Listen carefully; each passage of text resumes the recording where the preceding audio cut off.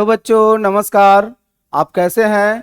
मुझे पूर्ण भरोसा है कि आप अच्छे होंगे और अच्छे से पढ़ाई में मन लगा रहे होंगे। चलिए, तो मैं पिछले वीडियो में आप लोगों को मंगलम चैप्टर का ऑब्जेक्टिव को पढ़ाया हूं और इस वीडियो में मैं कोशिश करूंगा कि जितना भी इस चैप्टर से क्वेश्चन आए, ऑब्जेक्टिव हो या सब्जेक्टिव, उसे क्लियर आप लोग कर लें। तो चलिए आगे हम बढ़ते हैं और फर्स्ट क्वेश्चन को हम लोग देखते हैं, है ना। फर्स्ट प्रश्न में आपका जो दिया हुआ है, कहता है नदी और विद्वान में क्या समानता है। ये आपका बच्चों देखिएगा कि 2020 में है ना, ये क्वेश्चन आया हुआ है। 2020 का क्वेश्चन ये है और इसे जो है हम लोग, है ना, बारीकी से देखेंगे।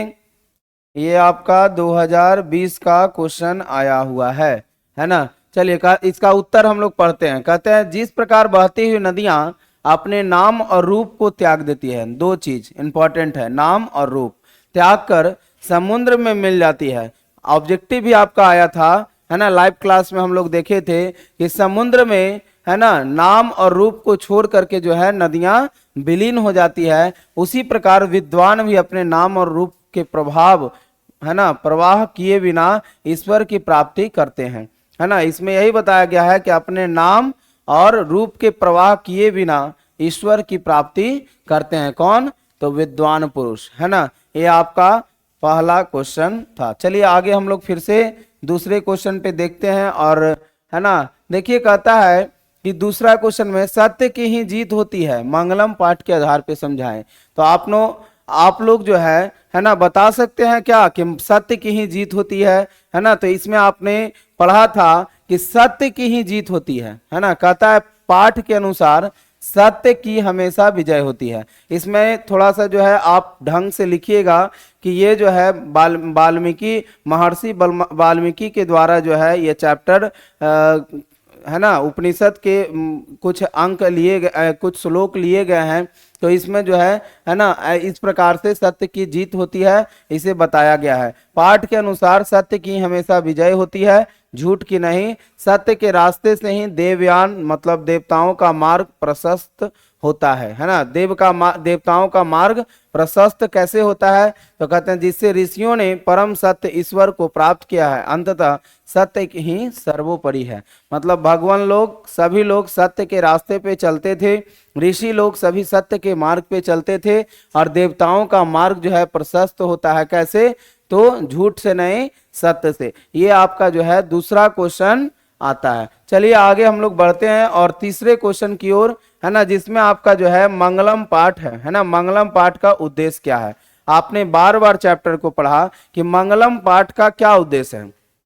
चलिए मैं बताता हूं, है ना। इसमें जो है लिखा हुआ है, कहते हैं कि उत्तर में कि मंगलम पाठ का मुख्य उद्देश्य जो है मनुष्य को सत्य के मार्ग पर चलना। आपने पढ़ा ना, सत्यमेव जयते नाना नृतम, है ना। कहता है संसारिक मोह माया को त्याग कर परमात्मा की भक्ति करने और आत्मा के सही स्वरूप को समझने के लिए प्रेरित करना है, ताकि जीवन में अंतिम सत्य मोक्ष की प्राप्ति हो सके, है ना बच्चों। तो आप सत्य कोई बोलता है तो किस लिए सत्य बोलता है? तो यही, है ना, अंतिम सत्य मोक्ष की प्राप्ति हो सके, है ना, ताकि जीवन में अंतिम सत्य मोक्ष की प्राप्ति हो सके। अंतिम सत्य क्या है? तो मोक्ष को प्राप्त करना। चलिए आगे हम लोग फिर से जो है अगले क्वेश्चन पे आते हैं।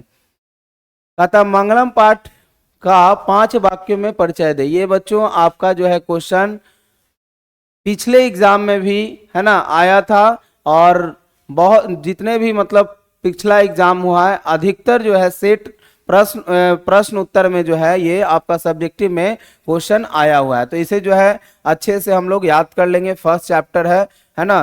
फर्स्ट चैप्टर का 4th नंबर क्वेश्चन है। कहते हैं इस पाठ में 5 मंत्र ईश्वास्य उपनिषद, कंठोपनिषद, मुंडकोपनिषद, श्वेताश्वर उपनिषद नामक उपनिषदों से संकलित है और ये मंगलाचरण के रूप में पठनीय है। किसमें? तो मंगलाचरण के रूप में पठनीय है। वैदिक साहित्य में शुद्ध आध्यात्मिक ग्रंथों के रूप में उपनिषदों का महत्व है। इन्हें पढ़ने से परम सत्ता, सुख, शक्ति, है ना, मतलब इसमें क्या बताया? इन्हें पढ़ने से परम सत्ता, है ना, मुख्य शक्ति अर्थात ईश्वर के प्रति आदरपूर्ण आस्था या विश्वास उत्पन्न होती है। सत्य के खोज की ओर मन का झुकाव होता है तथा आध्यात्मिक खोज की उत्सुकता होती है। उपनिषद ग्रंथ विभिन्न वेदों से संबंध है। ये आप क्वेश्चन आंसर जो है आज का, है ना, आप जितने भी क्वेश्चन आंसर इस पाठ का हो या अगले जितने भी पाठ को हम पढ़ाएंगे वो सभी का क्वेश्चन आंसर एक पीडीएफ में है ना। हमारा एक बुक भी है, उसमें से आप पीडीएफ जो है मंगवा सकते हैं, पीडीएफ को जो है मांग सकते हैं, है ना। हमारा जो भी सोर्स है, चैनल, इंस्टाग्राम, है ना, मतलब किसी पे भी आप कमेंट कर सकते हैं और अपना पीडीएफ जो है किसी भी चैप्टर का ले सकते हैं। ठीक है, क्वेश्चन आंसर ये सबका आपका बना हुआ है, तैयार है। चलिए, जो आपका जो 5 नंबर क्वेश्चन में आता है, कहते हैं मंगलम पाठ के आधार पर सत्य की महत्ता पर प्रकाश डालिए, है ना। मिलता जुलता क्वेश्चन आपका रहेगा बच्चों, है ना, घबराना बिल्कुल नहीं है। क्वेश्चन एक ही रहता है लेकिन उसका जो है कुछ अलग अलग प्रकार रहता है, अलग अलग बनावट रहता है ना, मतलब थोड़ा सा जो है डिफिकल्ट रहता है। तो मंगलम पाठ के आधार पे जो है सत्य की महत्ता पर प्रकाश डाले। कहते हैं कि सत्य की महत्ता का वर्णन करते हुए महर्षि वेद व्यास कहते हैं कि हमेशा सत्य की ही जीत होती है ना बच्चों। सत्य की ही जीत होती है और झूठ की जीत कभी नहीं होती है। सत्य से ही देवलोक का रास्ता निकलता है। ऋषि लोग देवलोक को प्राप्त करने के लिए उस सत्य को प्राप्त करते हैं जहां सत्य का भंडारा है ना। मतलब जितना भी सच्चाई का बात हो, है ना, सत्य मार्ग हो, झूठ ना के बराबर जो है, मतलब झूठ जो है एकदम भगवान लोग नहीं बोलते थे, ऋषि लोग नहीं बोलते थे, है ना। सबका जो है इसमें यही है। और देवलोक को प्राप्त करना है तो ऋषि लोग क्या करते थे, देवलोक को प्राप्त करने के लिए, है ना, उस सत्य को प्राप्त करते थे जहां सत्य का भंडारा है। चलिए, इसी तरह से और आगे भी हमारा बहुत सारा क्वेश्चन है जो भी आई है एग्जाम के लिए आपका रिलेटेड है। और 10th बोर्ड में, है ना, मैंने पहले ही बताया कि मंगलम चैप्टर जो है बहुत ही इंपॉर्टेंट है। और मंगलम चैप्टर में, है ना, मंगलम चैप्टर से जो है बहुत सारे क्वेश्चन आते हैं, ऑब्जेक्टिव भी और बच्चों सब्जेक्टिव भी। तो आप लोग जो है इसी तरह वीडियो में निरंतर बने रहिए।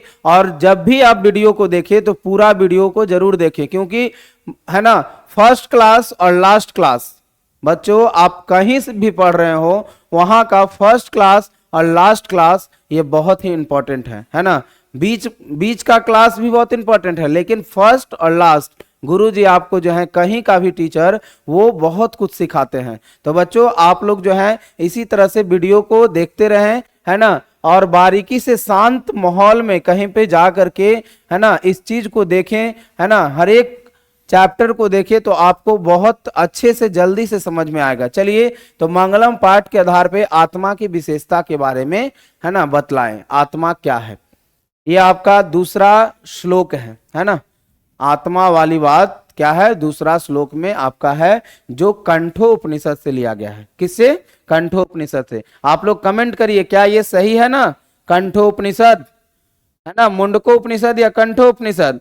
तो आप लोग से फिर मैं कह रहा हूं कि पहला चैप्टर जो था हिरण्मयन पात्रेण, जो पहला चैप्टर का श्लोक है ना, तो ये जो है आपका किस उपनिषद से है, तो ईश्वा अस्या उपनिषद से। दूसरा कंठो उपनिषद, तीसरा मुंडको, चौथा मुंडको और पांचवा जो है श्वेताश्वर। तो इस तरह से ये आपका कंठो उपनिषद का है। और मंत्र में महर्षि वेदव्यास कहते हैं कि प्राणी की आत्मा हृदय रूपी गुफा में बंद है ना। किसमें? तो हृदय रूपी गुफा में। यह सूक्ष्म से भी सूक्ष्म है, महान से भी महान है। इस आत्मा को बस में नहीं किया जा सकता। क्या आप आत्मा को बस में कर सकते हैं? नहीं ना। भूत को आप बस में कर सकते हैं? नहीं।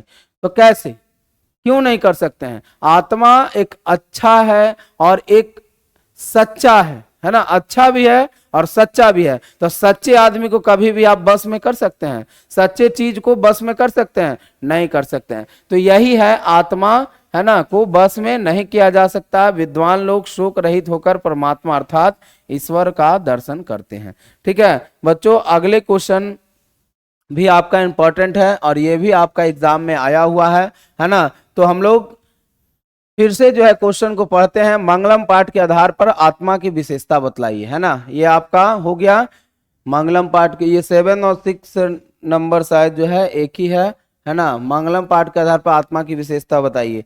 दोनों क्वेश्चन एक ही है। चलिए आगे हम लोग देखते हैं 8 नंबर में, आत्मा का स्वरूप क्या है, पठित पाठ के आधार पर बताइए। देखिए ये इसमें भी आपका वही चीज रहेगा, लेकिन जो है पूछने का तरीका अलग है। एग्जाम में पैटर्न अलग आ सकते हैं, लेकिन कॉन्सेप्ट क्या रहेगा, एक ही रहेगा, है ना। मतलब एग्जाम में आपका क्वेश्चन, है ना, मतलब ऐड ही रहेगा। मान लीजिए मैथ का अगर कोई क्वेश्चन आए, ऐड ही रहेगा, लेकिन कुछ अलग तरीका से पूछेगा, है ना। कुछ मतलब कोई भी चैप्टर रहे, क्वेश्चन उसी चैप्टर से रहेगा, लेकिन क्या है, मतलब सेंस कुछ अलग रहेगा। तो इसमें भी आपका वही है, आत्मा के बारे में पूछा है और पठित पाठ के आधार पे बताइए। तो कठोपनिषद में आत्मा के स्वरूप का बड़ा ही अच्छा तरीका से विश्लेषण किया गया है। आत्मा मनुष्य की हृदय रूपी गुफा में अवस्थित है और यह अणु से भी अणु है और महान से भी महान है। इसका रहस्य समझने वाला सत्य की खोज करता है ना। यही है इंपॉर्टेंट, यहाँ महान से भी महान है और इसका रहस्य समझने वाला सत्य की खोज करता है। वह शोक रहित है, उस परम सत्य को प्राप्त करता है। ठीक है बच्चों, तो आप लोग जो है ध्यान से, है ना, पढ़िए, मन लगाकर पढ़िए। और जो भी आप पढ़िएगा बिल्कुल जो है ना, एक बार में कॉन्सेप्ट ना हो, दूसरा बार में कॉन्सेप्ट, तीसरा बार में तो आपको आराम से याद हो जाएगा।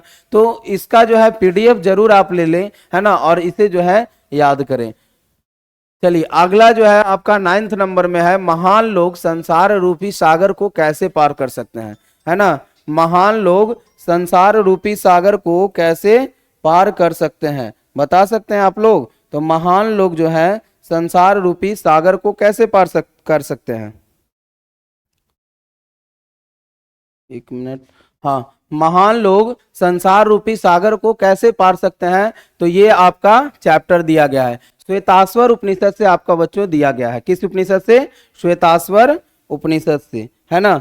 तो श्वेताश्वर उपनिषद में ज्ञानी लोग और अज्ञानी लोग में अंतर स्पष्ट करते हुए, है ना, महर्षि वेद व्यास कहते हैं। इसमें क्या बोल रहे हैं कि श्वेताश्वर उपनिषद में ज्ञानी लोग और अज्ञानी लोग में अंतर स्पष्ट करते हुए कहते हैं कि महर्षि वेद व्यास, है ना, क्या कहते हैं महर्षि वेद व्यास, कि अज्ञानी लोग अंधकार स्वरूप और ज्ञानी प्रकाश स्वरूप है। अज्ञानी क्या है, तो अज्ञानी एक आप जो है ना, अज्ञानी जो है वो क्या है, अंधकार स्वरूप है। उनको सारा चीज अंधकारमय है ना। आप रेलवे स्टेशन पे जाइए, अगर मान लीजिए पढ़े लिखे आप नहीं है ना, मान लीजिए कि कोई व्यक्ति पढ़ा लिखा नहीं है, तो वो क्या होगा, उसके लिए सारा अंधकार है ना।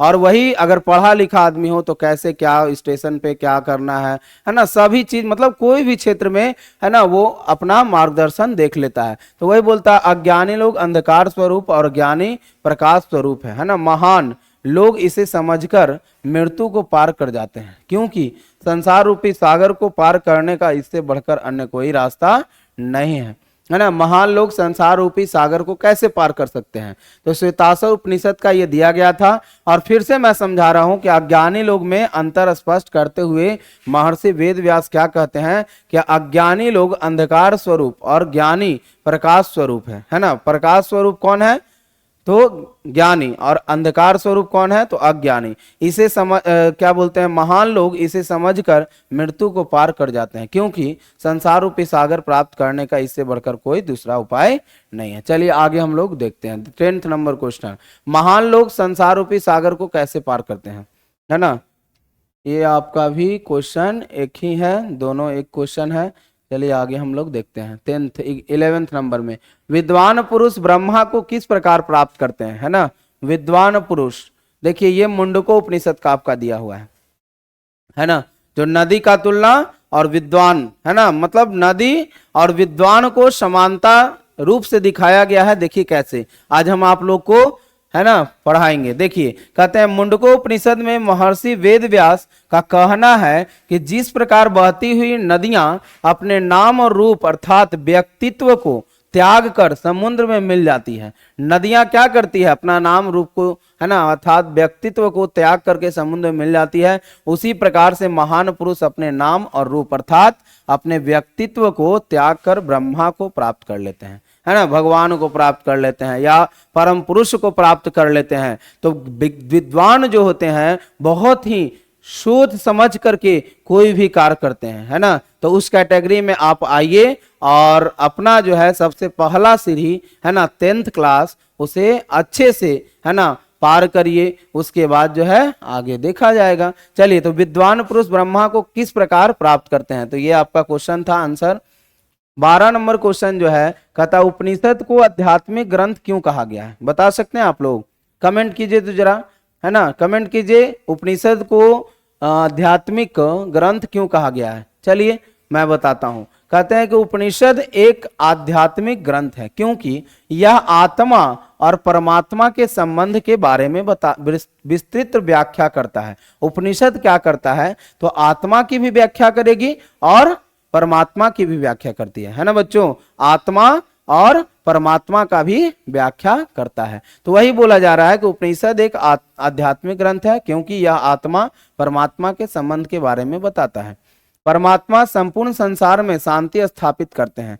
सभी तपस्वियों का परम लक्ष्य परमात्मा को प्राप्त करना ही है। ठीक है, तो बच्चों आगे हम लोग देखते हैं। अगला जो क्वेश्चन है, उपनिषद का क्या स्वरूप है, पठित पाठ के आधार पर स्पष्ट कीजिए। कहता है कि उपनिषद वैदिक वामंग का अभिन्न अंग है।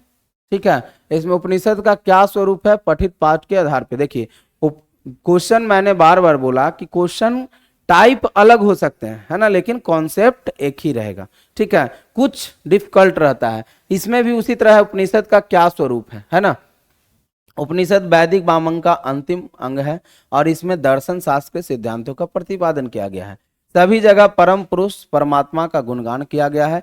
परमात्मा के द्वारा ही यह संसार व्याप्त है और अनुशासित है। सबों की तपस्या का लक्ष्य उसी को प्राप्त होता है। इसे एक ऑब्जेक्टिव भी आता है, किसके द्वारा अनुशासित है पूरा ये।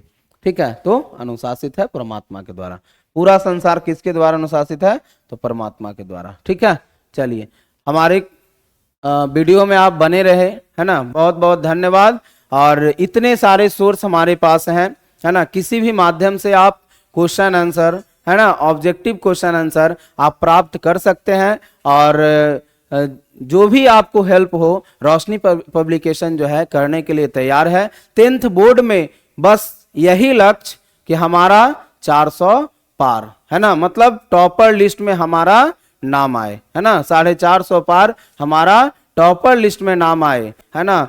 तो इसी तरह से हमारे चैनल को सब्सक्राइब करिए और हमारे बुक भी हैं कुछ, इसे भी आप फॉलो कर सकते हैं। मैं बार बार अपने वीडियो में बताता हूं कि हमारे पब्लिकेशन के द्वारा जो है ना, सभी सब्जेक्ट का बुक आपके लिए अवेलेबल है। तो इसी तरह से जो है हमारे चैनल को लाइक करें, सब्सक्राइब करें और कमेंट करना ना भूलें, है ना। आप अभी तक जितने भी मित्र को शेयर किए हैं, है ना, थोड़ा और बढ़कर जितने भी मित्र हैं आपके क्लासमेट हैं, है ना, सभी को शेयर करिए तभी ताकि सभी को लाभ प्राप्त हो, है ना। तो मैं अगले वीडियो में फिर आऊंगा। धन्यवाद।